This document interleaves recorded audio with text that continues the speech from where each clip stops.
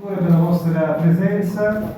Noi continuiamo la nostra prima giornata e siamo nella fase della inaugurazione nell'ambito del festival di questa singolarissima struttura, la Casa Barnekoff, di cui non parleremo noi, ma quelle cose di cui mi parlavi al telefono, no? Se ti va di rammentare, sono molto affascinanti.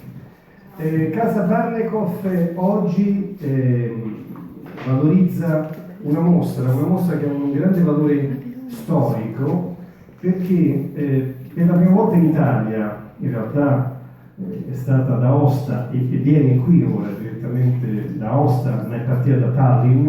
Noi abbiamo una mostra di giovani artisti estoni, i quali hanno lavorato, lo dico anche alle colleghe di storia dell'arte, sul tema delle illustrazioni, una cosa molto precisa. Le favole dei fratelli Grimm, che voi sapete sono forse proprio il caposaldo non solo della favolistica, ma molto della letteratura tedesca ed europea dell'Ottocento. Però era interessante per noi portare questo mondo, anche perché i fratelli Grimm hanno la loro radice nella favolistica o nella narrativa tout court italiana rinascimentale di Basile.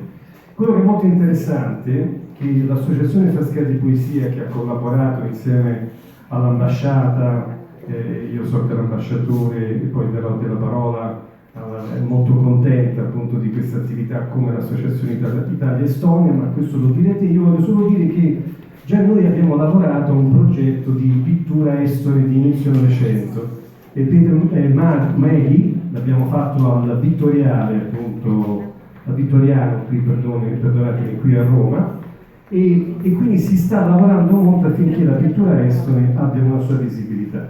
Ora, come critico, come lettore di quadri, io mi permetto di sottolineare un fatto.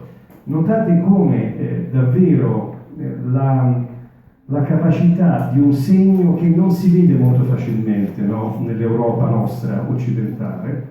È un segno questo che indubbiamente mette in movimento quella fantasia senza che la fantasia un po' debordi come in certa pittura di un certo periodo, una certa spazialità europea.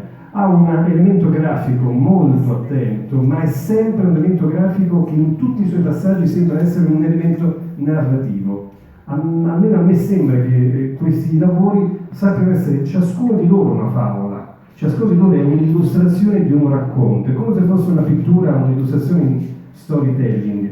Bene, questa mostra avviene qui, in questo luogo che è un luogo alchemico, un luogo dove il sud e il nord si ritrovano in una specie di aller-retour vero e proprio, e questa mostra che gli amici estoni ci permettono di portare qui, c'è anche questo catalogo.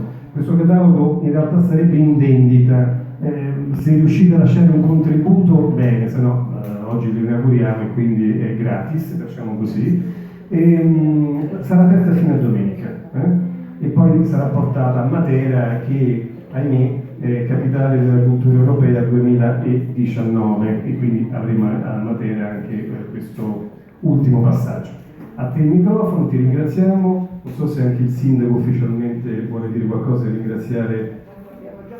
Abbiamo già fatto, no? Il rituale.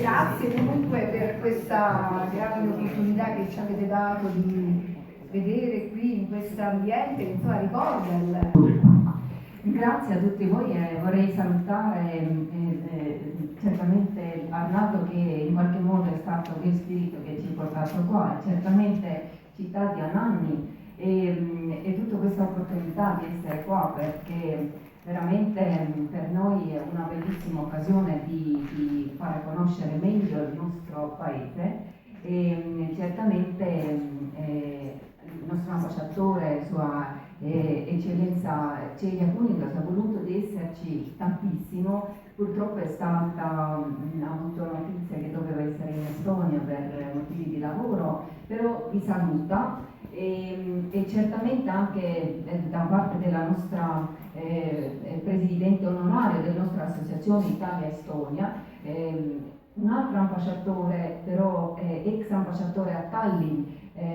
Rosa Maria Chico Ferraro, che anche lei purtroppo non è potuto venire oggi, però voleva salutare tutti.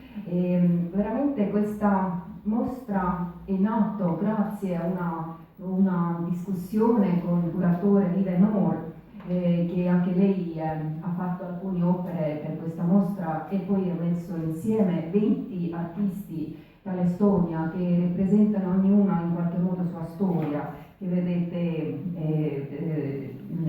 con questa mostra. Secondo me veramente Favola è un bellissimo modo anche di conoscerci, perché in qualche modo conosciamo tutti le favole di Fratelli Grimm.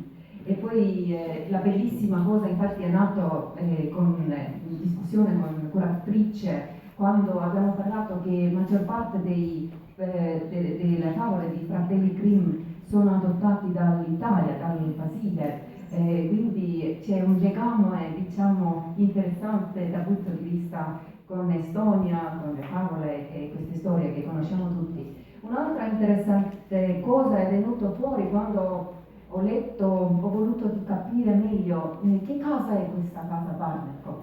E così per caso ho trovato in internet un articolo in estone dal 2003 e poi era una storia di un uomo che è venuto qui, un estone che ha voluto vedere un tavolo su questa faccia di questa casa. E se vedete c'è un tavolo dove è detto che questa casa è dedicata a un altro Alberto, che è Alberto di Riga. È stato un grande archivescovo nei nostri terre, è stato quell'uomo, quel vescovo che ha portato cristianità all'Estonia, a Livonia, oggi Lettonia.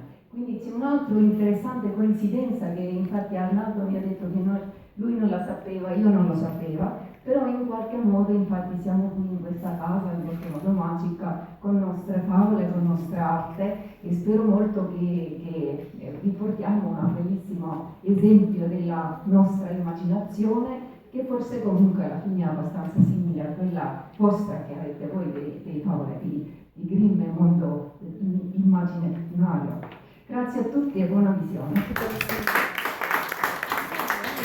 Grazie.